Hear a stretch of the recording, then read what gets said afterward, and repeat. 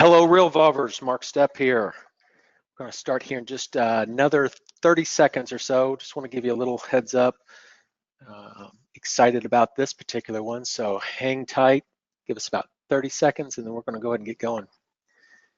Kendall, can you hear me okay? I can hear you great, Mark. Sweet. We are recording this, so if you have any need for going back to it, if you need to leave for any reason, certainly you're going to be able to do that. So don't worry about asking that questions. We always get that question. Are you recording it? We try to always record. Get going. So let me just go ahead and get going here. My name is Mark Stepp. I am the Chief Innovation Officer here at Realvolve. And with me is my cohort, Kendyl Young. She is the broker owner at Diggs. I have known Kendall now for how many years has been? 5 or 6? About 5. 4 or 5. It's time flies when you're having fun. But Kendall came to me one day and said, "Hey, Mark, I want to show you something." And once she showed it to me, her and I became best buds because she got it. And so we use Kendall a lot for workflow type stuff. And in this particular case, I want her to share some of her expertise on something that she shared with me, and I had never seen it. In all this time that we have been doing stuff together, I hadn't seen it. So I wanted to cover that. But for today's webinar, what we're going to do is we're going to divide this up into basically 2 different phases. A basics area where we're going to talk about clients, the client lifecycle, everything from a lead all the way to past client. Kind of what does that cycle look like, and some of the best practices that you can be doing. There's gonna be a little bit of time for Q&A, but it's just some very basics area there. Then we're going to go into a deeper dive on what you can do with some of these workflows and how she's implemented some of the challenges using like the incomplete checklist actions or branching or groups, different types of things that she's kind of run into. And then following that, we'll have some time for some more Q&A. But the way we're structuring this really comes down to how we're kind of organizing our 2-day training that we're having in Denver. So what it is we have this 2-day training. It's a hands-on training. So we're going to have 2 different groups, a beginner group and an advanced group. And the more I thought about it, it's like, do we really want to call it advanced? Because so many people get hung up on the word advanced. Am I advanced enough? And I'd almost really like to rename this to a deeper dive, because you can go in and be a beginner. Maybe you're brand new on Realvolve, you've not experienced anything, and you just need to understand it better. And we're going to try to get through some of that today, but that 2-day hands-on training, we're going to go even deeper, and it'll be really good for both the beginner and for that person that maybe has been with Realvolve for some time. You can go to the go.realvolve.com/2-day-training to find out more information about that. So, Kendall, yes, this is the image that I was talking about. So, just a few days ago, she goes, "Mark, I need to share this with you." So she shared with me. It's like, whoa, why haven't I ever seen this before? Why don't you go full screen on that one so people can see a little bit bigger. Well, the challenge is you really can't see everything on. Let me see if I can maximize. No, I can't. I think that's pretty good.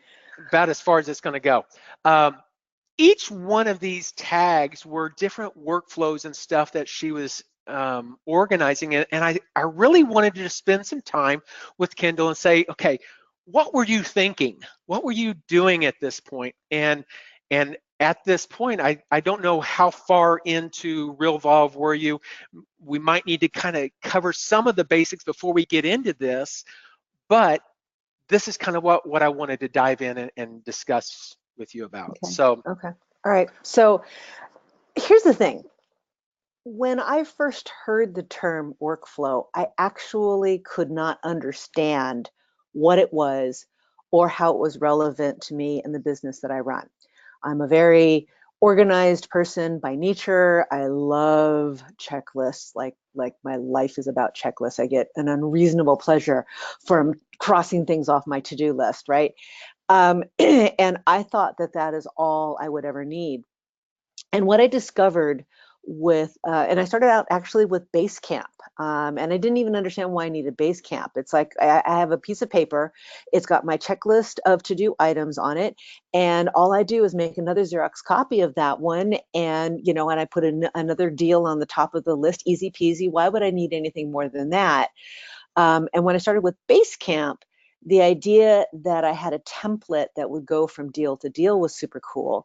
And then I was able to add additional information that was unique to that transaction on Basecamp. And I thought this was super cool. And then I could share it with people on my team. And I thought that was even cooler. But then when Realvolve came along, one of the things I didn't like about Basecamp is that there was all this information in my CRM, the names and contacts information of the people that were involved in my checklist, the dates and times and facts like the price and the day that we opened escrow, the day we're supposed to close it. All of that stuff wasn't in Basecamp, and I had to do that manually. And I thought, wouldn't it be great if Basecamp could be married with Realvolve? And that's what I got with my CRM, and that's what Realvolve was. It was marrying my checklist with all the information that was in my CRM, and it mushed it all up together in this incredibly useful way. So I started creating workflows, and here was the next problem. I realized that as a real estate agent, even a really detailed, crazy real estate agent, I was not thinking about the transaction in a granular step-by-step way. I thought I was. I really did. I thought, I have 15 items on my buyer escrow checklist, and that's amazing because I have 15 items, right? Right. When I was given the tools of the Realvolve workflow. I just checked my buyer escrow list today because I was training one of my agents this morning. I have 73 items on there. And that's not even 73 items because each item is an activity. And that activity, it might take several steps. Like that activity, I might need to send a text message to my agent who's maybe not in Realvolve every day like I am, and an email to the other party, which in this case is probably the buyer. And there might be a checklist of things that needs to get done before that email can be sent out, right? So Right. right? So when I say 73 items, that really could conceivably be more like 150 things on a paper checklist, right? It just So keeps compiling and compiling. Absolutely. yeah, exactly. So I don't mean to say this. Anybody who's out there in webinar land, you might be going, Kendall, you're a freak case, and while I am a freak case, and I admit it and I embrace it, the truth of the matter is that I'm not. You are doing probably 150 things in your buyer controlled escrow. It's just that you're not thinking about the individual items. You're on adrenaline mode and you are just running on pure adrenaline and reaction and putting out fires. Let's just go ahead and call a spade a spade. Your head's on fire most of the time. And you are so busy doing that you haven't taken a moment for yourself to think and to plan.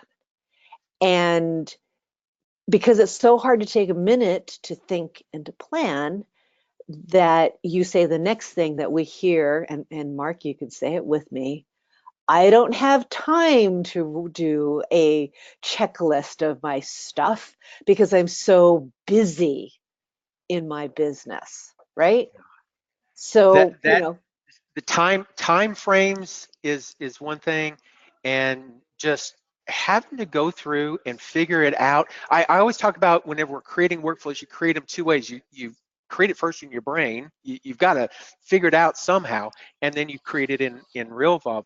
And writing it so down seems to be the toughest part because they don't have enough time to do it.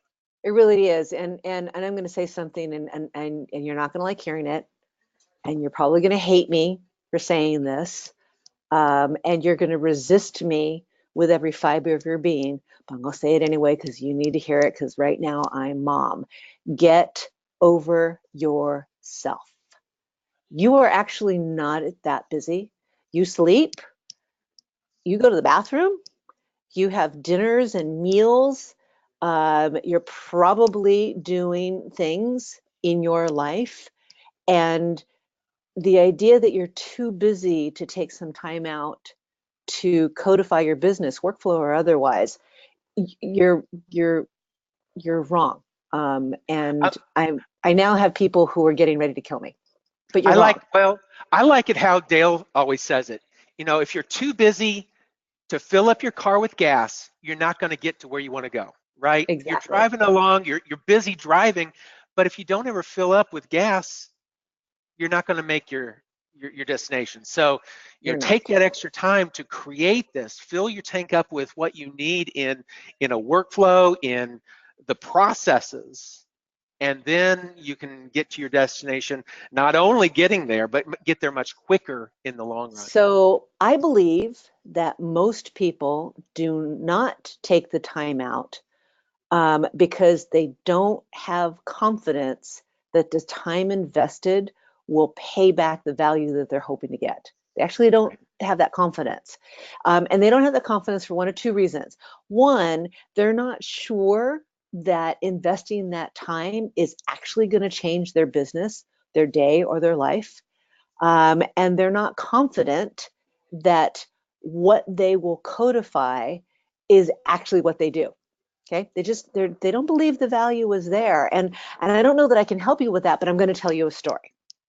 So some people have seen this story, and if you have, go get a cup of coffee and come back. But this is a story of what happened in my business when I first started with using Realvolve. As a detail crazy codified, I had taken the time over and over and over again to create checklists and have files and to pre-write my emails. Okay. I had just launched my brokerage, and I had an assistant, an admin who had been with me for over 2 years, and she was really kind of the linchpin of my business. And it was really weird, but it all happened all at once. I launched the brokerage. She had given me notice that she was going to be moving out of the country, and we had actually hired her replacement. And her replacement was going to have 2 full weeks of training because my business is very, very complicated. I have a lot going on, and we do more than is reasonable in any transaction, right? And so she came in for her 2 weeks of training, day one. And on that day, I actually had to essentially fire my 2.5 year long admin because she had gone just bonkers on me. I said, take a 2 week vacation paid. I need you to be out of here. So the 2 weeks of training actually turned into 2 hours. Thank God the 2 hours were on Realvolve, using Realvolve. At the same time, I had just finished writing the core of my workflows. That's what the Dig Suite is today. It was a collection of 14 workflows, many of which are on here. That took me from the lead, meeting the lead, all the way to after the close of escrow for a 7-year follow-up program to encourage repeat and referral business. So we're talking life cycle here, and we'll get into that in just a second. But I had managed to finish writing all of that. And I did it in a very concentrated spit because that's who I am. Your mileage may vary. That's what I did.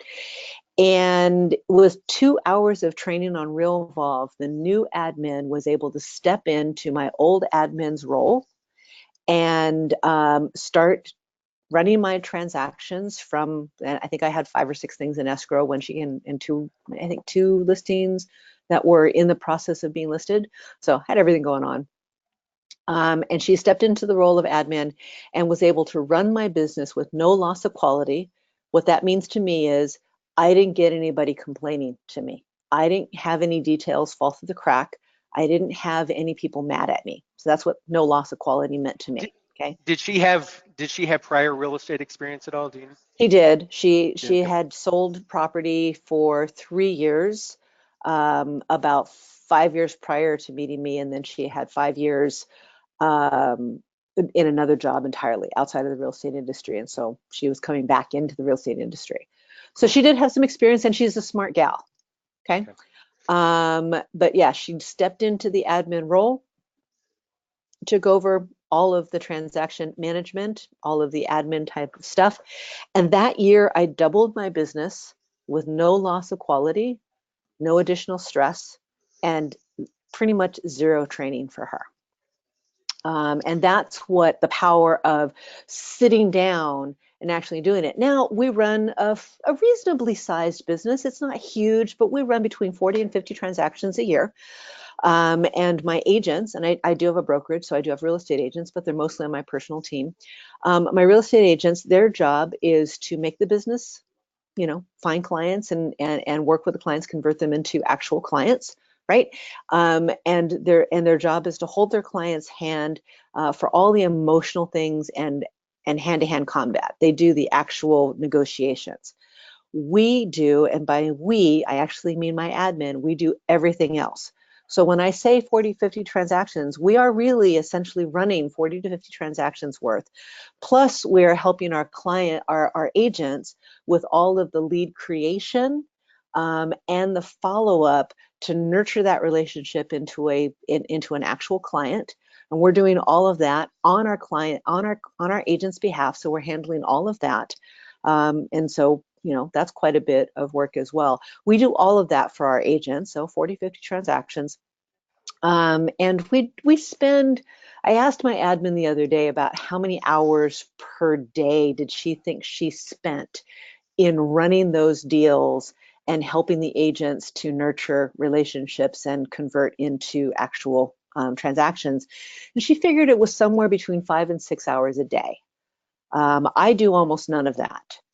And so we do all of that. And the reason we're able to do so much work with so little actual time invested is because of the workflows and the pre-thinking that we do. Okay, so that's my run up. Cool. So Now, I have a question here. Before coming onto this, I logged onto your system and was looking at the workflows. Each one of those houses represents a workflow, correct? correct. Okay, Yes. so whenever I logged in, I saw many, many more than Yeah. what's represented here. Um, what what have you learned after doing that? And I'm not sure how long this was. Whenever you created this, had you already About created a year. many? That was about a year in. Yeah. Okay. Um, so once you get into this and you've got these workflows going, how at what point did you figure out I need? I mean, because you've got probably twice this number in your system. At least. What was going through your mind there as far as? So here's what happens, and I often say this in webinars. Using Realvolve is like it's like you get a light bulb moment. Before the light bulb moment, it just seems impossible. You know that there's a lot of power there. You know that these workflows are going to change your business, change your life, but it's like trying to speak a foreign language. Nothing makes sense. Everybody that I've talked to, they hit this light bulb moment. Well, all of a sudden, it just makes sense. The world that you've built, Mark, you go, oh my gosh, this is the best Tinker Toy set I could possibly imagine, and I can build anything with it and take over the world. And that's that. So when you have that light bulb moment, what will happen at that point, like any favorite toy, is that you now want to use it for everything. And so the reason I have so many workflows in my thing, and that doesn't count all the workflows that I've deleted, Mark, is because everything that happens in our day, we look at each other, my admin and myself, we look at each other, it's like, yeah, we should write a workflow for that. And so we do. Or we say we should tweak that particular activity in a workflow. And that's a conversation that happens several times a day, every day in my business, because it's so powerful. So you've got in this particular image. Let's just go to this for a second. Yes, We've got a lead gen for a buyer. We got lead gen for our seller. The two upper right circles. correct. of those, in each one of those, you've got different workflows. Now, we can't really read them from this image But so like an unless you really zoom in. example, the lead gen for buyers, all those little houses, those are different sources of buyers. So one of those houses is lead gen for buyers that that reached out to us through Zillow. Another house might be a buyer that we met via social networking. Another one might be a lead that we met via open house or door knocking. Or so those are the different types of leads, because in my opinion, each one of those human beings that we met is in a different paradigm. They're in a different relationship with us. The relationship we have with a Zillow lead is no relationship, right? They don't Right. give a toss about who we are, what our expertise is, or how cool. They just don't freaking care. All they cared about was finding out if the house is still available, or when is the open house. Right. So that's a very different conversation than a human being that knew us in our previous career as a teacher or business person or an entrepreneur, who knows, right? And now we are developing a relationship with them as an expert in real estate. Well, that's a completely different follow-up system, right? Right. So that's what those are. On the lead gen seller, same concept. Are they a past client? Are they a referral from someone? I think that's what those two envelopes, those two houses actually are. Okay. But then we've expanded it into different things. So, a lead a human being that we found that wants to sell, that we met at an open house. That's a different kind of a thing. Yeah. So. Gotcha. Okay, so then once you get that lead, you make that initial communication of, hey, thanks for visiting the website, or thanks for visiting the open house. You start building that relationship. You get into the follow-up piece.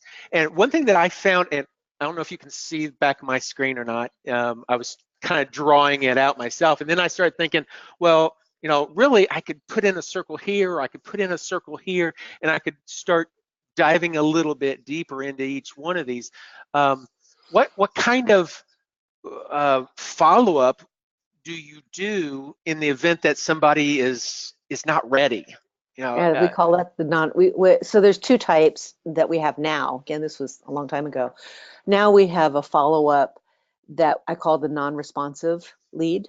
okay, And that's somebody who just has gone radio silent. We don't know why they've gone radio silent. And my agents, who are highly relational, they don't have the converter personality, buy or die kind of a thing. So my agents who are not suited to that, they needed something that was an auto email drip that they didn't see. And our philosophy was, if they didn't talk to us after 3 attempts or 3 weeks, I think that was our determination, they could apply this non-responsive, and it's just a series of auto emails that it asks questions like in the heat of summer, it will say, are you interested in the best pool homes in Glendale?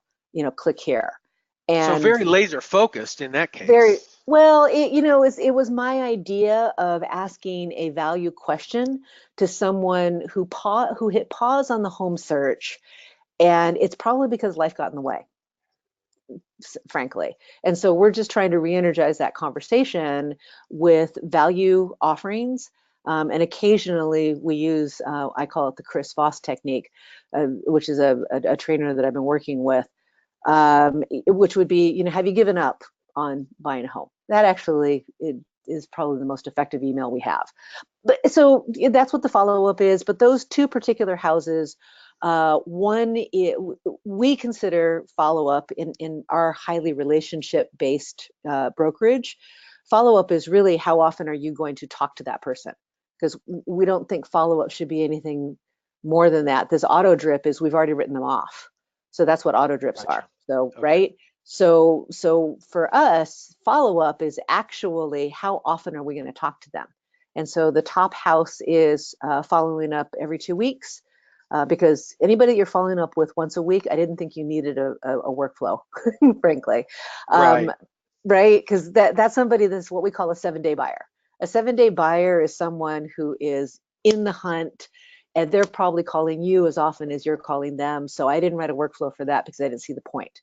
Right. But somebody who's like lukewarm, is wanting to buy a house, is making the right sounds, but is maybe just not super aggressive. They're not being proactive. Yeah. So it's one time every 2 weeks, and the other one is one time a month. That's somebody who's very much, if you're using the A, B, C, D category of buyers, that's, the bottom house once a month is probably a C or a D, a highly conditional buyer. They will only buy if they find something that fits this narrow description. And a B or a C buyer is probably someone who wants to buy, they really do, but they're afraid. And you need to Right. nurture that relationship to nurture them into what I call a 7-day buyer. Yeah. And the follow-up workflows are super laughably simple, but they're super effective. And that is it's a text message to our buyer, agent that says, call Joe Schmo. That's all it says. It's a text message. Call Joe Schmo. Here's Joe Schmo's phone number. Now, people listening to this who haven't used workflows are thinking, why would you need a reminder to do that? And that's because of the very real problem called lead gridlock.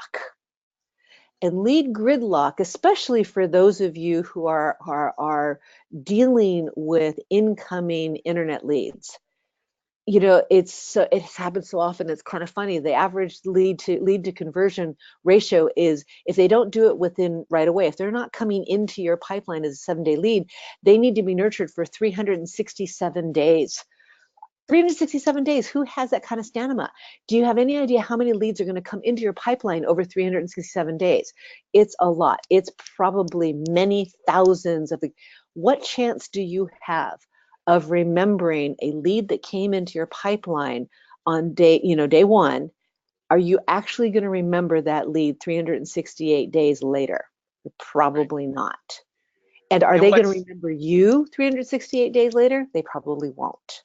Yeah, what's interesting when we're looking at different types of statistics and stuff, just the number of agents that don't even follow up past that initial phone call. They get a lead, they make a quick call, and it drops right there. Not because the guy's not interested, but because they forget about him. So the Right. follow up, just And make sure that you you think that follow up is sending them a drip email campaign that goes out automatically without you having to touch anything. I got news for you. You're going to lose that Zillow lead to me. Guaranteed. You are going to lose that person to me. Why are you going to lose it to me? Because I am going to be calling them once a month or once every 2 weeks, because I have this workflow. And it will remind me who I need to be in touch with on a regular basis. One of our competitors, I'm not going to name them, they use this lovely thing called buckets. Okay, you stick people in a bucket, and then they're going to tell you who you should be in touch with because they're in this bucket. That bucket is nothing more than this workflow. And it's worse, actually, because the bucket says you can say I want to see 10 people that I should contact today. And this bucket system gives you the illusion that it's going to surface the 10 most important people that you should talk to today, but it isn't. It's just randomly picking 10 people based on this. I should call people every 2 weeks. Everybody in this bucket I should call every 2 weeks. You're not. You're going to get 10 leads, and it's absolutely random who they're going to pick from those buckets. And that's that. right. So this is a way of being more thoughtful, but that's the problem. You have to think about it. In the bucket system, you don't have to think. But in our system, yeah, you do. You have to look at each person like a human being. There's a mind blower right there. They're not a lead. I got news for you. They're not leads. They're people. They're human beings. They're human beings with a need. They're human beings with a want, a wish, a desire, a dream. And it is your job to think about that as a human being and make some intelligent decisions on how you want to follow up with them. Sorry, a little bit of a soapbox. Nope, that's good. Um, So then, and I've got to push on because we've got a Yeah, limited keep amount of going. time here, but Yes, sorry. we go through the follow-up, and then whether it's a seller lead or a buyer lead, we're going to the appropriate places. Hopefully they're in The listing process, you've got a separate workflow just for the listing appointment. Because So if they didn't list with me right at that appointment, I would literally close the folder and I would never come back to them again because I didn't want to face the rejection again. And the workflow, it tells me when to call, it tells me when to update their value, it tells me to check on the multiple list to see if they've listed because I didn't even want to do that. It tells me to do all the things I didn't want to do. It's my accountability partner. absolutely. So let's assume that they do finally list with you. Then you go down into the listing life cycle. Now, for those people that have ever seen the bigger workflow, and I should have put it on here, of Kendall created this huge workflow of things that she does through the entire listing process. This is, I think, the kind of the prequel to that, and just kind of a summary of some of what she had originally set up. But you go through, and I know you can't see it, but in that new listing section, there is a section just for listing marketing. What do you do in that listing marketing? That's that first house in that section. There's 78 items that are on there. And it's everything from the mundane that you're expecting, like put it on the multiple list, order a sign, order the pictures, to the sublime, which is scheduling a phone call every Monday to the client so that you can update them on how the marketing is progressing. And this is marketing before we actually go live on the internet on the multiple list. So, and it also has time-saving things in there. Like for us, we need to order something called an NHD, a natural hazards report. It's just kind of a retarded thing. And we have this email that just automates the whole process for us. All we do is hit send, and actually we don't even do that. I think it's an auto email. And so that report just shows up in our file and we don't have to do anything, right? So there's a lot of stuff like that. So those whole 70, okay, then at some point, then you go from the listing marketing, you either proceed with offers, which there's an arrow that goes down from that first little house, the arrow goes down to the offers where you process the offers, or you go over to the listing maintenance. So right. So the first one, the listing marketing, that takes us right up to the point where we launch it on the multiple list in our first open house, right? And so from that one, we're in a very dynamic market, and so it was not uncommon for us to have offers right away, and so we never launched listing maintenance. However, there are times where the listing doesn't get multiple offers the first open house. And so we launched listing maintenance because the way we do open houses and marketing is different than what we did when we were first launching. And so, get into the differences. We don't have time to do that now, but that was my concept. Yeah, so it's an either or. Sure. Then from the listing maintenance piece, it could go into like a schedule open house. There might be, which you do, what kind of things do you do for the open house part of it? A lot. Our open houses are really special, and they are not like anybody's, except for the person that I patterned this off of. So it's complicated, it's deep, it's an event. It is as much marketing as it is the actual event itself. And then there is the follow-up to the open house. And that was written as a separate workflow because my concept was that we are busy and we have enough listings that it's not always a team member that is hosting the open house, and I wanted to make sure that my quality was exactly the same no matter who was doing the hosting. Right. And something that maybe I ought to step back and just kind of explain one thing that, like in this listing life cycle piece, an activity inside a given workflow of that first house that's in there, it has 70 some odd different activities. Just one of those activities might be to set up the next workflow. So it can be a launch this or launch that type of thing. So it's still automated. It's just that So there's like separate modules. Here's an example just to give you. So we have our listing marketing, and one of two things could happen. We're either going to launch the listing maintenance, or we're going to go into offers. Or if there's just like this happens, sometimes there's an offer right away that's just so darn delicious the seller takes it and doesn't even counter offer or wait for more offers, right? And so we have an activity within that listing marketing that allows us to, if this happens, we will launch multiple offers. If this happens, we will launch going straight into escrow. If this happens, we will launch listing maintenance. And that's actually coded into the listing marketing workflow. Why did I do that? Well, as you can see, there's a lot of workflows there. How does one middle-aged lady with memory problems remember all of the choices and workflows that I've written? Answer, I can't. So we code it in there so that we know, like referrals. That's another thing. I got referral workflows. How do I know to launch a referral workflow? Because the workflow asked me, is this a referral? Yes or no? Yes. Okay. Would you like to launch this referral workflow? You do? Excellent. Yeah, it's all great. So then you've got the open house. You do all your magic in that one, and then there's one here for the price adjustment. How Yes. many times do you go through price adjustments, through the period? It's a repeating type of thing. It does the exact same thing, and it can start from either back on market. One of the things that it goes down and kind of comes around.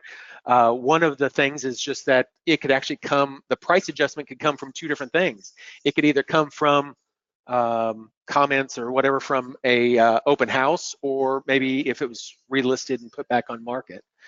Then whenever the price adjustment happens, then it can go back to process offers. So it just kind of circles around until everything finally closes. And then everything kind of shifts over into the after close set of workflows, correct? The reason why this is a flow chart is because as a real estate agent, I considered my job as a linear two-dimensional thing. You did this, then this, then this, then this, and at the end, it's the close of escrow. And if you were really good, you actually talk to the client after the close of escrow. So I thought it was linear. It wasn't until I started working with workflows and Realvolve that I realized that it's not. It's an 8-headed Hydra monster. And the flow chart was incredibly important to me to understand two things. One, how to codify what I do so that it's repeatable and teachable and duplicatable. Okay. But number two, it really gave me a sense of the immense value that I bring to a transaction. And I don't know that the vast majority of it, probably everybody on this webinar gets it because you're on this webinar, but everybody that you see out there, all those dumb-headed real estate agents that you're forced to do business with, they have no idea what their value is. They really don't. And it is this process of codifying what you do. And for me, I had to do a flow chart. I tell you, my commission, my ability to command my full commission in a listing is exponentially higher because I've done this. Because people know, number one, you've taken care of somebody else that they were referred by typically, or No, and what's important is that I know. well, I'm I going to know. tell you, whenever I have a real estate agent and I know I was referred by Ken, and Ken says, "Hey, Mark, you got to get Kendall. She is just excellent. We went through this scenario, everything went well, or well, but we had some really challenges, but you know what? Kendall handled them all." That's, for me as the consumer, I want to know that even though there's going to be challenges, which we hope there's not, that it can be handled, and making sure that those are handled within the workflow is what's important. So the after close, there are 3 different things there. What types of things are you doing in those? The after close, it's around reviews, because getting reviews and testimonials is so incredibly important, and we all know it, but I think most of us kind of suck at getting the reviews. What happens most of the time is that you might screw up the courage to ask, and then your client doesn't do it, and you assume it's because they don't want to, and then you leave it alone, right? So the workflow is actually, again, it's my accountability partner. It asks the clients in 3 different ways, in 3 different times, and in 3 different methods to get a referral. And we're averaging a written testimonial posted online. I think 48% of our clients, which some of you are out there saying, you know what, my ability to get a testimonial is 82%. Yeah, but I'm doing 50 transactions a year.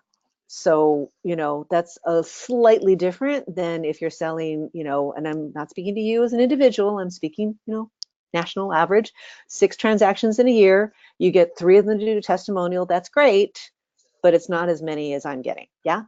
So, and I'm not as good as the people who are like true salespeople and are really trying to get, but these are just natural organic referrals, testimonials. It's important. So there's get reviews, got reviews, because once we get it, then we have this whole workflow to encourage them to post it in other places other than the one we asked.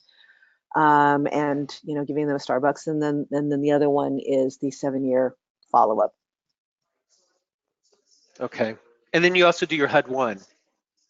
Oh yeah. Yeah, well, and it's like super old school. I take it for granted that everybody does it, but maybe they don't. It's, on January, the first, second week of January, we send all of our last year's clients a copy of their HUD-1 closing statements for their taxes. Yeah. And we do it both electronically and snail mail. Which is good. Again, as the consumer, where did I put that stuff? I have no idea. And Maybe they need it, maybe they don't, but they certainly feel good that we're thinking about them. yeah, another touch point. So you've got your listing stuff on the right-hand side. Let's go back over on the left real quick because we're running out of time on this section. The buyer escrow. So how much, whenever you're dealing with a buyer, are you also dealing with the listing agent to do things? Yeah, and the not my controlled escrow company. Those of you who are in attorney states, think of it as there are some attorneys who are better at helping you close a deal and others that are not, right? So I got my favorite. Yeah, what are we doing? We have a motto at Diggs. Our job is to remove all inconveniences possible for our clients, and the other agent is also our client. Yeah. So the way we look at it is that we codify it into our workflow, everything. Our job, their job, escrow's job, the lender's job, everybody's job. It's all codified into our workflow. And we gently, graciously, and respectfully remind everybody to do their job and on time. Oh, but why do you need to do that? Because No, I get it. Don't strangle me. Don't strangle me. I get it.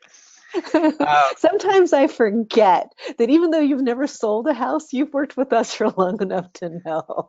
Yeah. I've spent a lot of time with real estate agents that even in my old company where we did some of this type of stuff, just not to the extent, there was still a lot of people that had the tool and they never used it. And it just blows my mind that you have a tool, Realvolve, and if you're not using the workflows, you're doing yourself a disservice. But there's a lot of agents out there that don't have Realvolve. They've got other products that maybe have the checklist or they have the action plans, and it's just a linear type of thing. And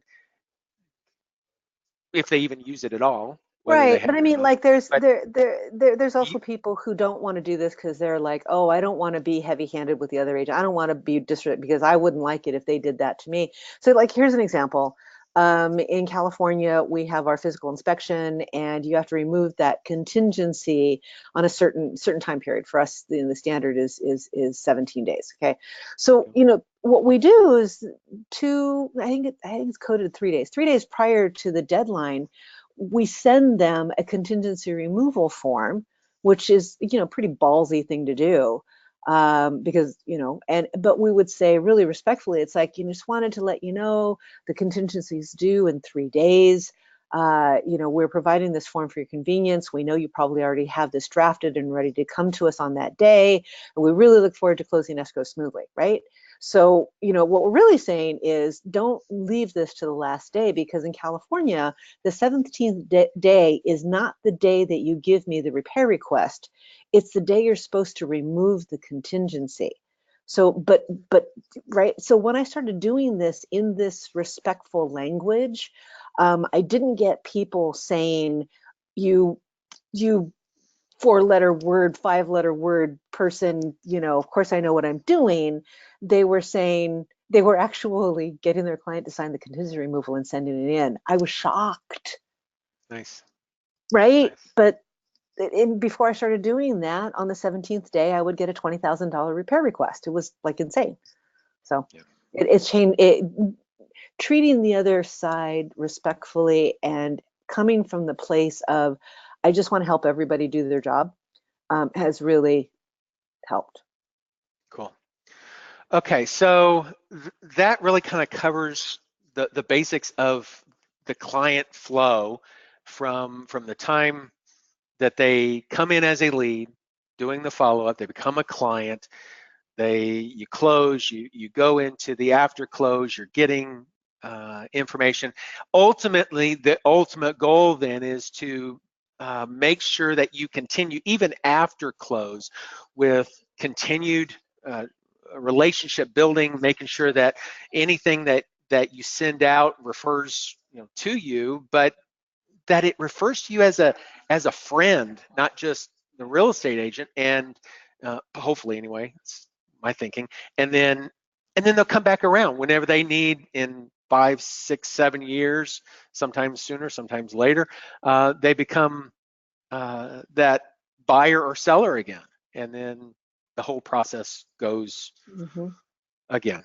So in the questions area, I don't know if anybody has any particular questions. We're kind of We open did up for get something questions. from Lisa Nordstrom that she says, how often would the auto email go out after the 3-week period? And I apologize. I was kind of on my soapbox at that point and I didn't read this. Lisa, I don't remember which part you were referring to. Could you type that into the question box again? Interestingly enough, I don't see any questions in my questions area. I'm special and I'm more special Yeah. than you. They're only talking to me. Well, that's a good question. Sidebar. Fine. It's like Mark and I were like Beauty and the Beast. I'm the excited one. He's the intellectual one. Sometimes I wonder. Okay. Ooh, whoa. Okay. Okay. There's lots more. Let's see. Referring to the non-responsive client. Actually, Lisa, that goes out once. Let me think about this. It goes out once a week for 52 weeks. And it's not 52 different emails. It's actually 26 different emails that's repeated twice because I figure they're probably not paying attention to the emails. All I'm really trying to do is to be in their inbox on the day they happen to think, gee, I'd like to restart the real estate search. Oh, yeah, I've been getting emails from Diggs for a while now. And then to read the email. So that's honestly, anybody who thinks that people are reading your auto emails, your drip campaigns, you're fooling yourself. You're doing the equivalent of the old junk mail in your mailbox. You're hoping that your name is seen as it's on its way to the trash, and that you're hoping that that's just going to be enough for the name recognition that when they actually need a real estate agent, they're click on you. I figured that the non-responsive email campaign was exactly that. So that's what that one is. Have you not heard from them for 3 weeks? Would you send an auto drip? How often would you send the auto drip? So again, Lisa, your mileage is going to vary. My company, all of my agents, they are highly relationship oriented people. And we collectively as a group do not enjoy doing lead gen and lead gen follow-up and lead gen conversion. So when I give you advice, it is literally from that place. You need to decide for yourself where your skill set is and what you're good at. So if we haven't heard from them in 3 weeks, there's one last phone call that I encourage, and it's actually 6 phone calls in 3 weeks. It's not one a week. The last one is essentially, you haven't responded. We assume that you've gone in a direction, or life has gotten in the way, or you've given up on buying a house. Going to be sending you these emails once a week. When you need me, reach back out. It's essentially what it is, and we put them on the auto drip. And Okay. you have specific I'm looking here, you have specific non-responsive ones, whether it's Mm-hmm. Zillow or Web's Mm-hmm. general ones. So Mm-hmm. Yeah, each one of because those. do We different figured that things. if they reached out to us on Zillow, they think they're doing business with Zillow, not Diggs. They don't give a rat's patootie about Diggs. It's one of the reasons we don't enjoy talking to those people. And so all of those emails are branded as if they've been talking to Zillow. That's Gotcha. just the way it is. Very good. So whenever you're Hey, looking at each one of these, just as a, looking at them real quick, I mean, you are hitting them with all kinds of different things through that 51-week period in order to help build that relationship, but they may or may not be looking at any of them. But So Dina wants to know. Oh, sorry, John, you gonna say something? yeah, I was just going to jump in here that Mark, if you could, you're right there. Could you show how to view a template or a letter before it goes Yes. out to the person? So yeah, so well, Dina, Mark is going to show you this, but we get the chance to edit everything before it goes out because we're control freaks. yeah. So whenever you're looking at an individual activity of a complete workflow, this is just one activity in there, which happens on this one is 47 weeks after the start date. So just the 47th week, there is, in this case, an action. Now, we have the ability to have multiple actions. This one only has one. Whenever I click on this action, I can see the details of this action. In this particular case, it is an automatically send, so it just automatically rolls out and it can be sent. If this, however, is something that you want to look at it before it goes out, it's a different type of email if it's one that you want to look at it before it goes out. You can set it to be the send manually with preview instead of automatically. If you choose send manually with preview, it then gives you the ability, before that email goes out, it gives you the ability to edit it before the process goes out. If you're in here and you just want to see which email it is that's actually being sent, you can see here, here's the title. In this case, the Urban Farm. She's using a code to kind of group them together. I can click on this little preview button right here, and it will open up a separate tab that shows me the email that's actually being sent. So, hi, this is Diggs, your Zillow Premier agent, and then whatever details you have, and then signature stuff. So you can look at the individual email by, if you're just wanting to look at them, see what they are, you can certainly come here and click on the little preview button. You can look it up by its code. So if I was to come over here into the templates area, I could do a search by ZN012 and find it. But if your question is dealing with before it goes out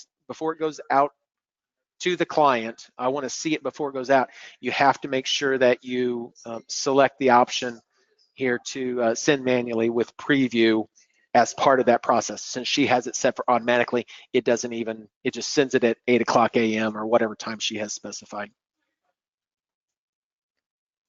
Did that answer that question, you think? Answered it for me. Okay, cool.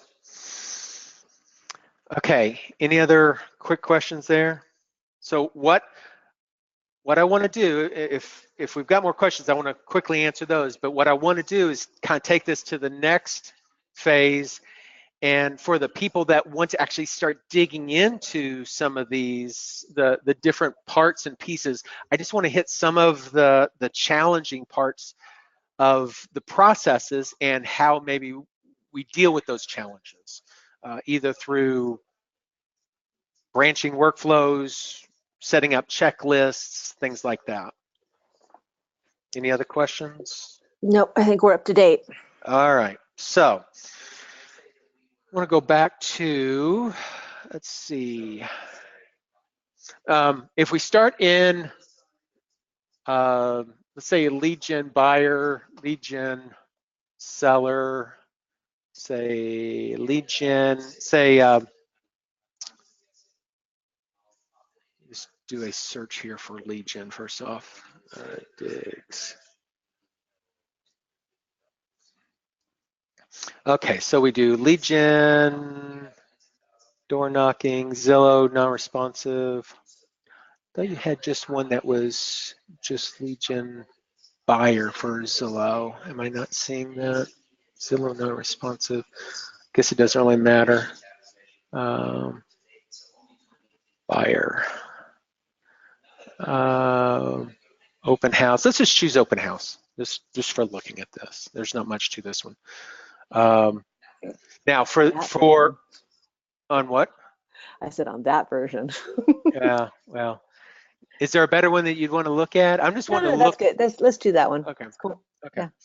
So whenever you do an open house, you're dealing with buyers and stuff, and you're getting leads that are coming in. First off, do you have like a registry that you do?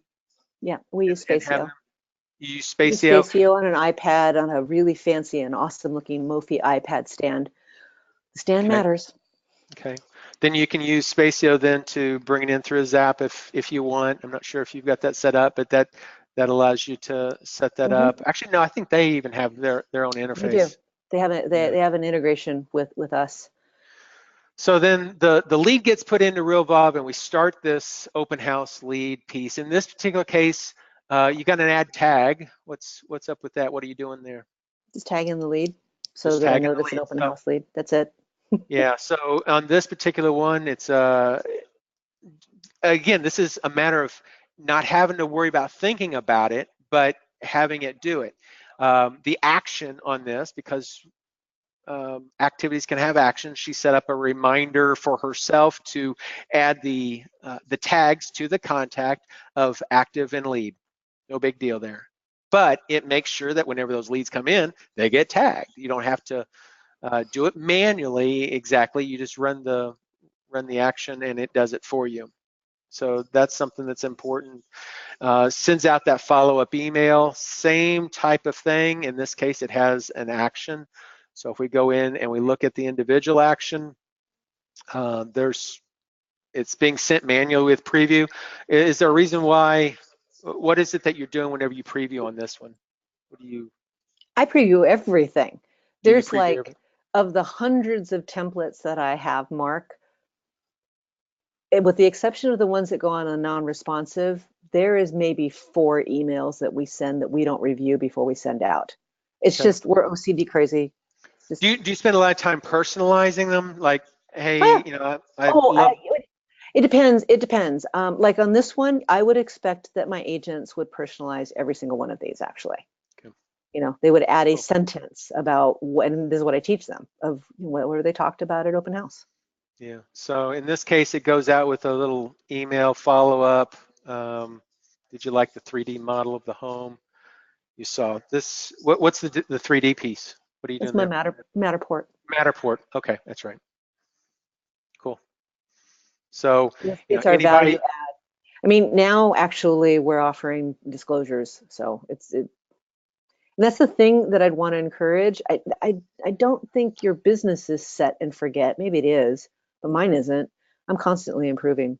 So this letter is actually a little bit. Is this my live workflow, or is this the ones where? I think it's live. Live. Then I need to change it, because we're actually offering disclosures now. Cool. Oh, I know why I haven't changed it, because this letter is actually sent out of Spacio now. That's why. Okay. Add to Real Scout, daily calls, signal to lender. So what are you doing here? That's a signal to the lender to pre-qualify them, get in touch with them and pre-qualify them. Okay, so this is something that's kind of cool. I think if you did it, let me see what. I don't know.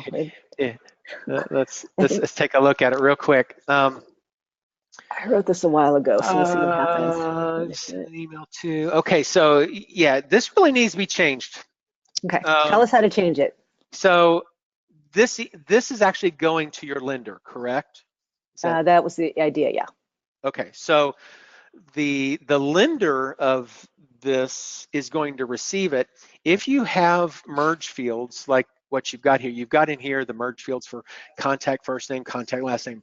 Would send an email to so-and-so, suggest that they should contact you to do the pre-qual or pre-approval process. So who did you start this workflow on? You started the workflow on the lead, right? If the email is being sent to the lender, if you're using the merge fields contact workflow, It's going to be putting the merge field for whoever you're trying to contact and who you're trying to Yeah, contact. You're trying to that's right. contact right now the lender. Well, it'll put the lender's name and information. That will do you no good. What you want in here is the workflow contact. Who did you start that workflow on? In which case it'll be the workflow contact's first name and workflow contact's last name. Who did I start this workflow on? That way it'll say, hey, I just sent you information for Jim Smith. But it has to use this merge field, workflow contact, in order to make that be accurate. If you'd like to call them, same type of thing here. Workflow. Not that I want to be changing everything you've got here, but No, go right ahead. Because actually we've been changing this manually on our end because we don't use this workflow that often. Okay. What I'm finding is my agents are doing it more organically. And as long as it works for them, works for me. Yeah. But it's important that you use the right merge fields, otherwise you're going to get the wrong information in there. Correct. Workflow and workflow. I get this, and the reason why I wanted to show this one is we get this question a lot. It's like, I'm sending my email to my lender and all he's getting is his own information. Why is that? Well, it's because we're using the wrong merge field. We started the workflow on John Smith. We want John Smith's in there. We want to use the workflow contact, not who we are currently contacting. Hope that makes sense. So totally. I think I fixed that for you. Okay, and then pre-approved 1 day after start. You're doing all kinds of great stuff there for that lead, and then evaluate lead. What are you doing here? 3 months after. Do we want to stay in touch with them or not? Okay, so here's that launching of a plan from an activity in this case. So the action in this case, if I click on this, it's not a matter necessarily of sending an email or changing tags, but it is a matter of starting another workflow, which is the buyer non-responsive. And whenever you run this activity or run the action in the activity, it'll pop up, say, hey, let's start this workflow, and it'll go in. So you don't forget about it. So that's what she's talking about, codifying everything. If you can get it set up, think about your processes all the way very granularly, like Kendall said, you can really get into designing some really cool stuff. And let's just be honest, people. We're real estate agents. We're just not designed to do what Mark just said. Think about things granularly. We're not designed for it. We're designed to, interface with people, develop relationships, and we thrive on the adrenaline rush of the deal hunt. At least most of us do. It's simple, but it's not easy. But if you do it, then your life will be easy. So I'm going to go over here to the listing. Actually, I'd rather just do the listing because this is one that we. Oh, good Lord, that's a big one. Yeah, I know. There's just a couple things that I want to see if you've got in here. So listing marketing. Here we go. We talked about this one first, and this one you've got 58 different activities that you're doing, and updating the seller. So this is something that we've had it for a few months, but I want to make sure that everybody is aware of this. So in this particular case, you've got a title to an activity, which is update the seller.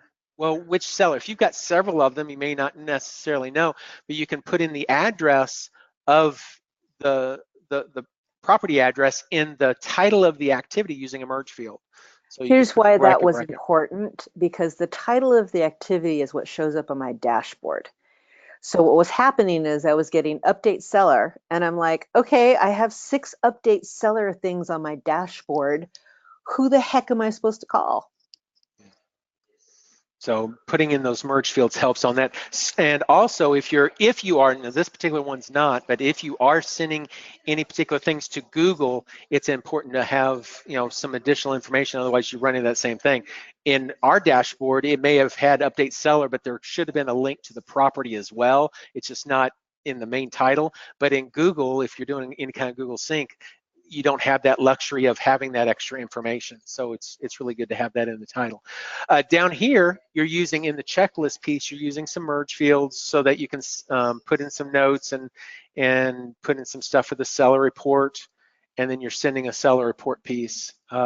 We do have a complete training on the seller report. It's pretty detailed on making sure that you register the things that you do for your sellers, and then maybe once a week it goes and sends out a list of all the things that you did that week for that seller. It's important to use just for notification stuff. Okay, skip that one for a second. I did want to. Are there any of these where you're updating dates? Updating dates, what do you mean? Yeah, so like in a checklist, like you're verifying values of date fields. I don't know that you do that or not. The challenge with all of this, and this is a good news, bad news for the people on the webinar, I'm not the one who executes 90% of what's in these workflows. So you don't necessarily know. That's fine. Yeah. I wrote them so that people in my business could take care of things exactly the way I want them taken care of.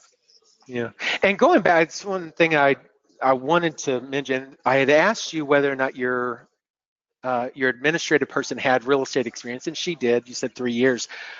We do have another video. If you guys haven't seen it, I really encourage it, where the assistant was a brand new hire.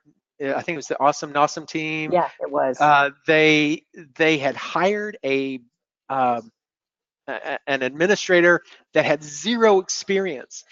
They already had all the workflows created, and all they had to do was plug her in, and she just followed the steps. All the different activities that were assigned to her, she did. And how she did some of those things were just a matter of using checklists and things that are in here. So I really wanted to find a checklist. Could do send thank you. Okay, I'm not going to change. You're looking for, you want what? You want dates? Something where you would update dates. Okay, so every one of these activities down here, you got a lot of them that are based off of the start date, which is fine. You just 2 days after I started, doesn't really matter anything. But you got some things that are based off of listing date or MLS target date. What if you didn't input the MLS target date yet? And so in one of your activities that you do at the very beginning, there might be, now I'm in the marketing, yeah, it's the right one. Order, tag property. I'm gonna do this one. I know this isn't probably the one. That's just a tag. Yeah, so what if you wanted to make sure that a particular date field is filled in, which would be one of these that we were talking about, like the MLS target date. Go to listing escrow. Listing escrow. One up, down, up. Listing escrow. Right there. Maybe that's okay. There we go. I was thinking there was some in there. So 71. Okay. One in there. Transaction details. Hit that one. Yeah. Perfect. So in this particular case, there are details about that particular transaction that you want to make sure is filled in, right? You want to make sure that those values are put into the database. Now, you could hire somebody and have them learn the software and it'll take time for doing that. But what if you just set it up in a checklist here? Make sure you enter the contract date. Make sure you enter the sales price, the closing date. These are all, because they have brackets around them, they're merge fields that you can fill in the activity. So the activity comes up on day, whatever day it's supposed to come up on, day 2, day 1, whatever, and it says fill these in. If there is a value in them, it'll show you the value that goes in that field. So if you had a sales price for that particular listing, it might show $500,000. If if the, now I know in California $500,000 won't get you much. In Missouri, it gets you quite a bit.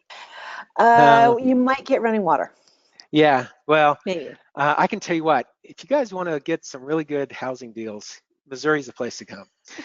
Um, so you, but you put in whatever value you put in, it would show up in that field once it happens.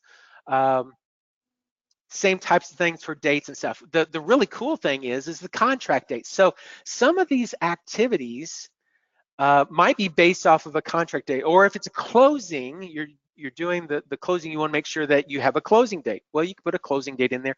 But if the date changes for whatever reason, you put a date value in here, all the activities that were based off of that milestone date would automatically change.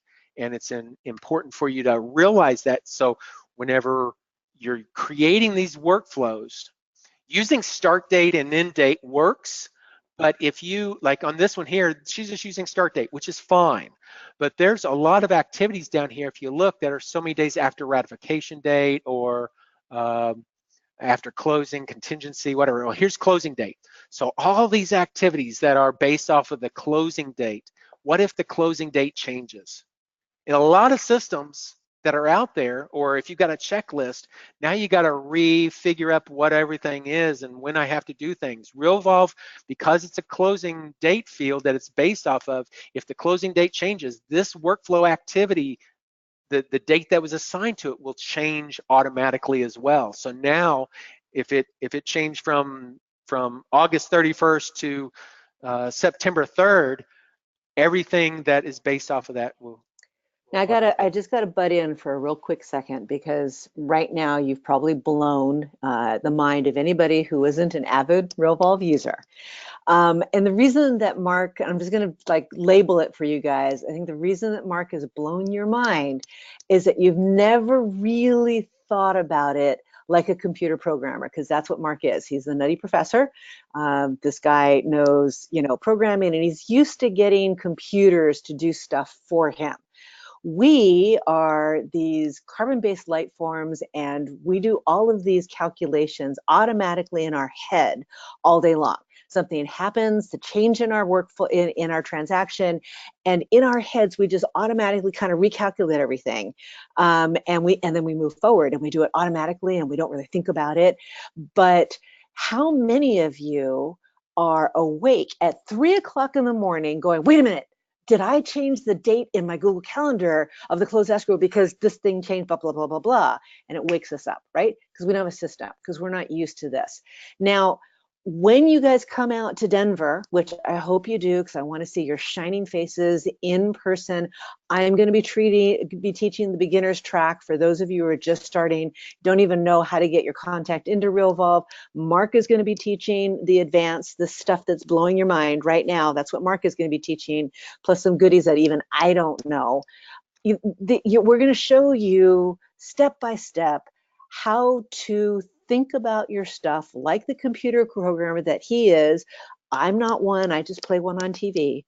But for those 2 days, you'll be able to kind of get that light bulb moment, pay attention to doing this stuff that's probably freaking you out right now. You're probably feeling like you'll never get this. You're probably feeling like you'll never be able to make this happen. You're probably feeling like this is great, Kendall and Mark, but it's not for me. If you come to Denver, we'll make it for you. We'll teach you how to do it. And your mind is not only going to be blown, your business is going to be, it's just going to be amazing. So I just wanted to bet that in there because I'm getting a little case of hives listening to Mark, and this is my workflow. I even wrote it, and I'm getting hives that I did this. So, yeah. It's amazing. And whenever we started this, I started it telling the little story about you contacting me. But what was so amazing to me was that you took something that I created and you figured it out. So many people, they give up before they get to that point, before the light hits, they can give up. And what we want to do for the 2-day event is make sure that light comes on. Pull the switch. I want to share that. Yeah, that I want everybody that comes to Denver to have that moment, because whether you use Realvolve or not, and of course we want you to use Realvolve, but whether you do or you don't, this light bulb moment of understanding that you can granularly codify every bit of awesomeness that you do, it's just like, it's going to change your business, because you're now going to create a business that's saleable. I've been doing this for 32 years. I was not brought up to think that I was going to create a business that somebody else could step into. I thought it was just my sparkling, funny personality that created, the thing. And you can't sell my personality. I can't sell your personality. But if you were to codify all your awesomeness into a workflow, now that's something that's saleable. It's a value. We're doing nothing less than changing your business from this kind of artistic endeavor that you're doing. The art is your personality, to something that is a real, lasting business. That this term scalable, that I only learned once I started dealing with Realvolve, it means that you can actually make it bigger, not by trading an hour of your time for $1, but by using a tool like Realvolve. And that's what we want to teach you when you come to Denver. Absolutely. Thank you. Okay, so now there are so many different things. Some of the things that I did want to ask you, whenever we were talking about the what ifs, if this happens, then do you happen to know which workflow, which activity might have? That's mostly around referrals. So let's look for, go further up to the top, more towards the top. And it should be like update referral partner on follow up. It's going to be update referral of some sort. Nope, I'm going down. Oh, you're going to do, just do a see, search and refer. This is what a programmer does. I'd be like scrolling through. You're like, go find referral. Doesn't like it. In escrow, agent referral. No, that's, well, click on it, but I don't think it's in either or.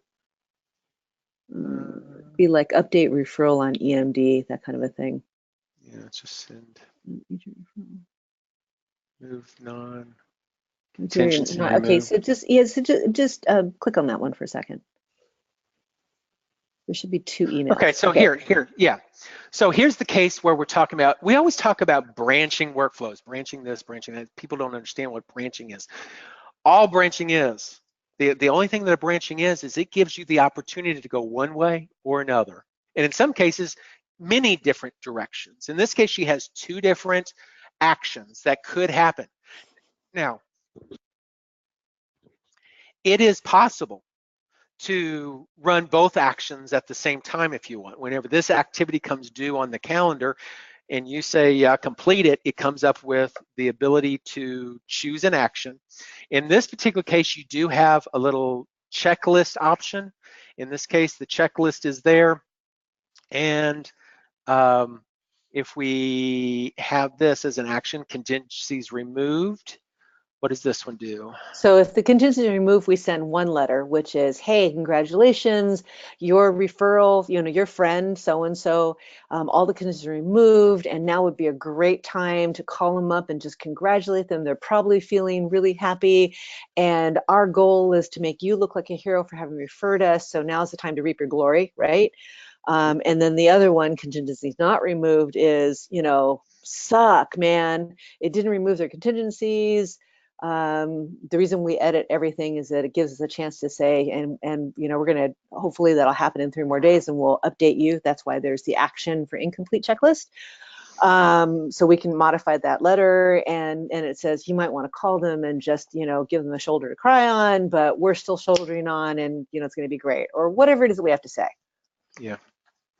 But this will happen because we've added a little checkbox here, action for an incomplete checklist. If this checklist is not complete, it gives you the option to either send an email or reschedule it in 3 days. So it would send the email potentially and then reschedule it in 3 days. The 3 days comes back up again. It's going to come up. You could check it off if you did receive the contingency. Then the other action would kick in as well. So you get the ability to set up multiple actions, and based off of whether there's a checklist or not, that action can show or not show depending on the completeness of that checklist. You might have And I multiple just things want in to that point list. out something real quick on this one, because this is my example of why workflows will really change your business. We get awesome ideas every day on doing something that will pay benefit to our business down the road. For me, it's the ability to get more referrals from either non-agents or agents. And the way that I wanted to do that, I thought to myself, if that referral partner felt like they were part of the success of their referee, then they're going to want to refer me more people. And so I got this great idea. It's like, well, why don't I update them along the way in the transaction? And that way they're going to know how things are going so they can bring it up in conversation and reap the rewards of having referred us, right? And it was a brilliant idea. And I did it once and then I forgot about it. The beauty of a workflow is you have an idea like that, you code it into the workflow, and now you never have to rely on your memory to remember this great thing. So I just wanted to put that in there. Very good. So, Kendall, whenever we were talking about doing this, we'd also talked about some of the challenges that you've run into, and I said, could we kind of go over some of the challenges that you ran into and how you solved those? Do you remember what your response to that was? I thought it was brilliant. What did I say? Well, Yeah, it was brilliant. Well, you said, well, I don't have to remember them because the workflows take care of it. So yeah, Mark was trying to get me in the way back. He's like, what challenges did you have? And I'm like, I don't know. I solved the challenges 3 years ago and I never thought about them again. But that is so much in what I want this product to be for everybody, is I want it to be so that whenever they get it systematized, just like McDonald's has their hamburgers, just like the hotels do certain things. Everybody has a franchise. They have to do it a certain way. You guys can create your own systems. And while we have workflows that you can purchase, we have things that you can download for free. Ultimately, it comes down to how do you do your business? And based off of that, systematize it in a way that you don't have to think about it. One of the things that Kendall you do is whenever the closing happens, you guys do a post-mortem, right? Yeah, we do the post-mortem. So this is something I really want to drive home. Perfection is the enemy of everything. And I hear this so often from agents. It's like, I'd love to do this, but I couldn't possibly devote, whatever their imaginations it would take, days, weeks, months, whatever it is they think it is. And the concept is, or they say, I can't do it because my database isn't clean, right? So the idea that you can't write your workflow until you've written out the perfect checklist is ridiculous. So I am the alpha user at Realvolve. I have been doing workflows as long as probably anybody. I think there's maybe a dozen of us that have been using workflows as long as I have.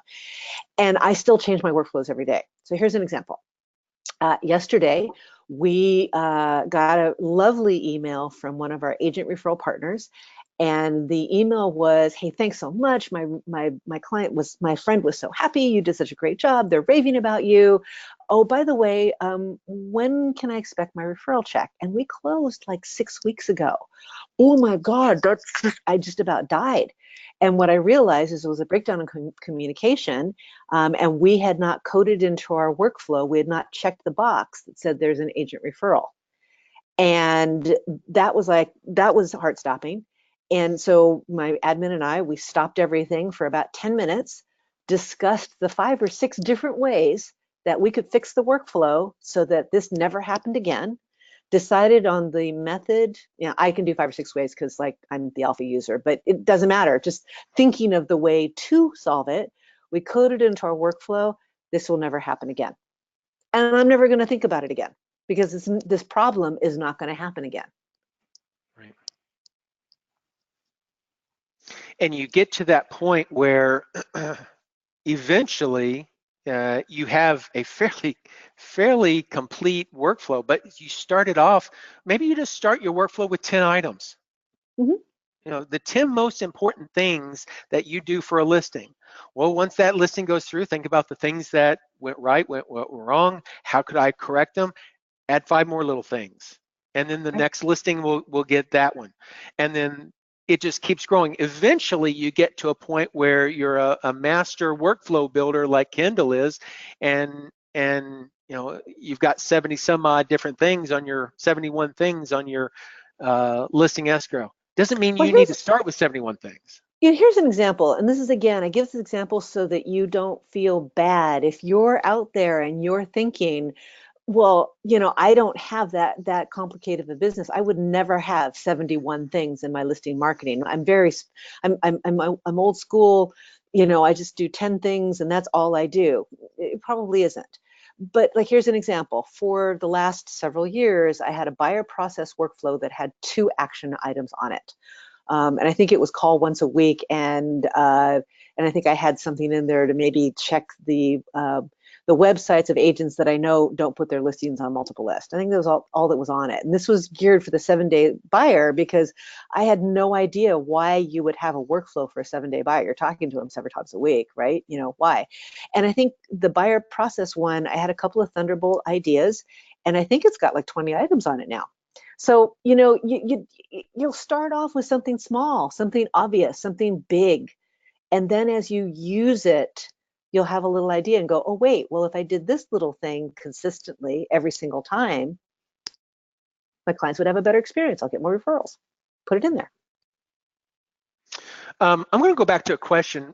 Michael Villa asked this, and I completely kind of skimmed over it, and I should have.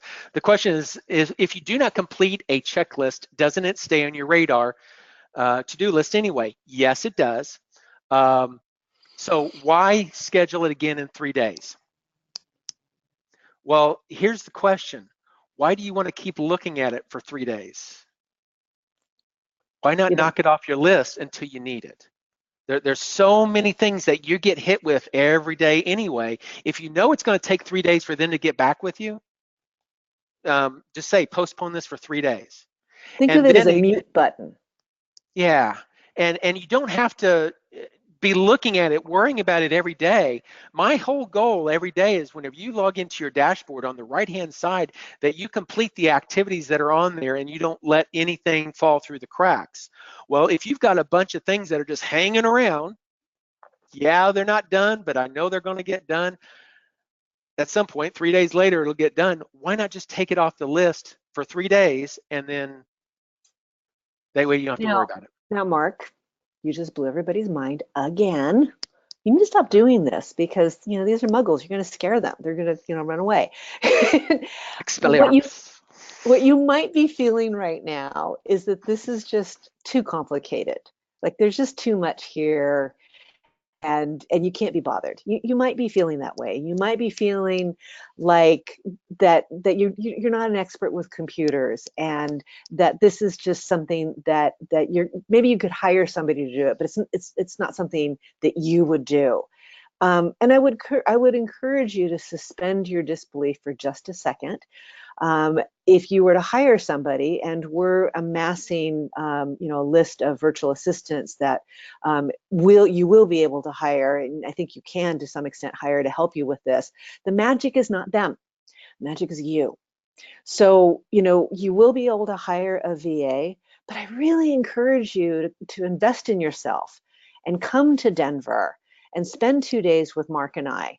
Because if we can get that light bulb to turn on for you, again, I'll be doing the basic stuff. Mark is going to be doing this stuff that you're seeing right now, the branching workflows and what happens when it's an incomplete, and mute buttons and all kinds of really, I call him the wizard behind the curtain because he's just so smart. But he's going to be doing all that kind of stuff. You come out to Denver and you take the time to learn how to turn on that light bulb. I cannot tell you the ripple effect this is going to have in your business for upsizing it, understanding your value, being able to get your full commission, earn more business, be more valuable in the random conversations you have at Starbucks even, because you know your value. You'll be able to create more business. And this is the most challenging time I have seen in the real estate industry in the past 32 years.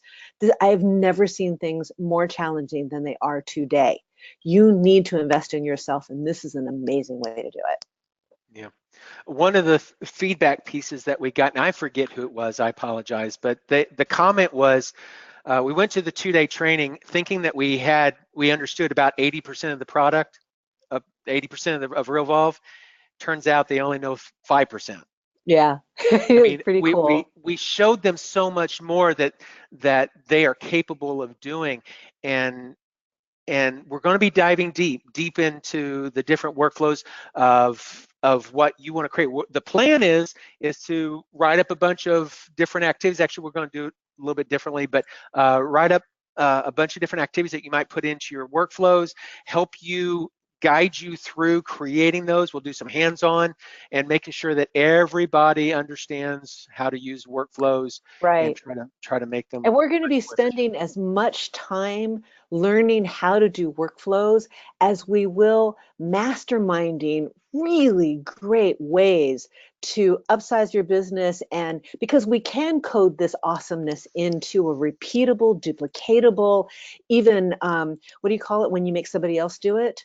Um, what's that word, Mark? Reproducible? Reproducible. Anyway, you know what I'm talking about. When you it starts with a D. Anyway, when you make somebody else do Delegate? something, Delegate. delegatable, right? Because we can do that, we can do so much more. And so we'll be talking about ways to wow and surprise and delight your clients, how to hold your clients' hands so that they don't freak out at 10 o'clock at night and then send you nasty grams via text. We're going to be teaching you really great things about just running a great real estate business as we are teaching you how to do workflows. So I'm going to pause for just a quick second because Jamie asked, okay, you've been enticing me all this time, and how the heck am I going to sign up for this? So you can go out to go.realvolve.com/2-day-training. And it's Click on October that. 22nd and 23rd in Denver. Yes. And Denver is not one of those super expensive places to go for a training. We're not talking about, on the west side of Los Angeles. This is Denver. It's like normal people territory. Yeah, and just a quick point that I've posted that in the chat, the actual link in the chat for the 2-day training. Thank you, disembodied voice from above. It's John. That's John. It's just John. The John. Hi, John. But in a good way. I just thought it All was right. funny. So Jamie, Michael, a couple of other people have asked that question. So hopefully that gets you the information we wanted. So that's our commercial break.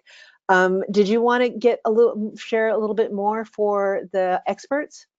Well, there's a few things that we're looking at doing. One of the things is in our third and fourth quarter stuff, we're going to be doing dialing, but I do want to let you guys know it's in final testing right now. Let me pull this up on my screen. Let me see here real quick here. So here's Kendall. So if you guys, we have it available to turn on. And for those people that want to kind of beta test this, it's a little bit past beta for this first part. There's multiple phases of a dialer that we've been working on. This is just the first very basic piece, and so much more is coming. But you can come to a phone number. You can click on the call now. There will be a list option as well. I can then come in here and say connect to this. It is now dialing my phone. I can answer this. So now I can start doing stuff with this. We could call from a list or whatever. I might say contact Kendall, and her phone will start ringing. At that point, now And it does. There we are. okay. So now, if she was to pick up, we can start this two-way communication back and forth. Well, as we're talking, the system is actually recording the conversation, making Ooh. sure that the information is being saved into the system. And I get the opportunities like made contact. I can give a little note and stuff like here, put whatever I want to here, and then I can click on save note. Once I'm done, I can click on the end call. I can make any additional changes. I can hit save note. Now, what happens is it takes the conversation. Now, I'm still connected, so I can make another phone call if I wanted to. I don't have to redial. I can just make another phone call until which time I'm done. I can say disconnect the dialer. Now my phone disconnects from Realvolve, and I can come over here to the system. So here's my little note that I made and stuff. Now it takes a few minutes, and I don't know if it'll convert by the time we actually end this or not, but it takes a few minutes. What will happen is, let me see if I've got one on Kathy maybe. Not sure if I've got it on any one of these. I don't. There is a transcript of that conversation is made, so it saves the transcript. That makes my risk-adverse broker heart go pity-pat. Yeah, it takes the Now, what it really does, though, is not just a plain transcription. Actually, let me find Mark Stepp. I think I did one just for myself, I think, or let me check which one it is. I should have done this before I wasn't really thinking about this whenever we were doing it. But it does, whenever I'm talking, it's doing a 2-channel recording. One channel's me, one channel's her. So in the notes of her conversation, it'll have a Kendyl said, Mark said, Kendyl said, Mark said. That's righteous. And that way you can see everything that's being said. If it doesn't translate quite right, you can still press play and do that process. So that's coming. We're working on the ability to do that in full lists, being able to do actions that say, hey, at 10 o'clock, you need to call John. Your phone magically rings and says, hey, you need to call John. You hit connect, and then it will call John righteous. for you. Very nice. Yeah, so very nice. That type of stuff. And then also ringless dialing so that you can send a bunch of messages to a bunch of people and they don't even have to answer their phone. So some cool stuff there's happening. We're also going to be doing some of the email parsing. I know that's not exciting. I can't really show that, but basically, so you don't have to use Zapier anymore. You'll be able to do automatic imports without going through that. And then probably fourth quarter, the plan is to also have SMS auto responding, so you can do some really cool stuff within our SMS section.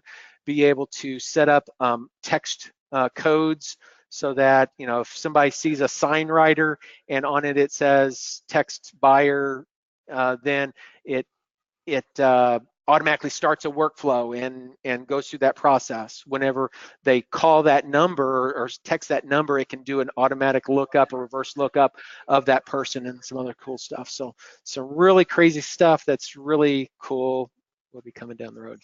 That's super duper exciting. But for those that want to find out more, we'll have a whole lot more in our 2-day. Yeah. Kendyl, thank you so much.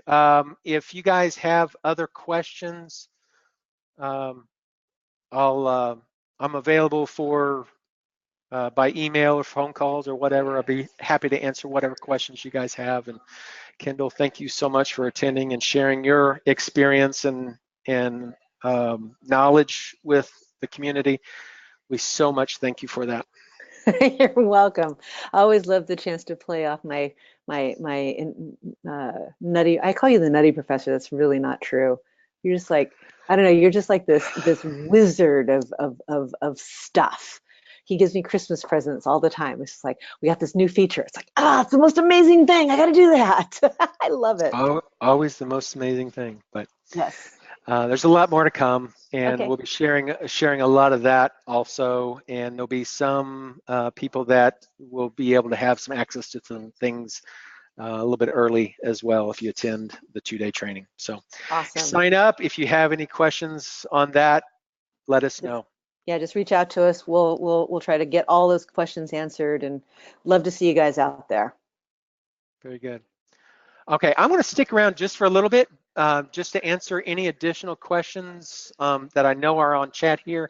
But if you if you guys need to go, go ahead and go, and we'll see you hopefully. I'm actually going to sign off. There's some commotion going on in my office. So I Oh gotta, no! Right. yeah, I Have a know. good. You know, yeah, it's like that whole real estate thing. That's what I got to do, guys. All Yeah. right, gotta go. Bye. Huh? Bye. Bye. As far as a copy of this video, you will be receiving an email shortly with the recording of it, so you'll be able to get to that. Wow, awesome, great webinar, thank you. Thanks, it'd be great if you could do the class in several different places. We do plan on doing some more in other places. We just got to figure out when and where and start that process. We do the Denver because it is extremely convenient for people to fly in, but the thought is, why not go out? It's just a matter of being able to hit multiple places. Denver's is an easy place to fly into, and the ability to do the training is right there in our main office, marketing office. So dates and stuff for the training, yeah, we already did that. All right, looks like we've answered pretty much everything. So if I did miss anything, email me and I'll get back to you. Have a great day, guys.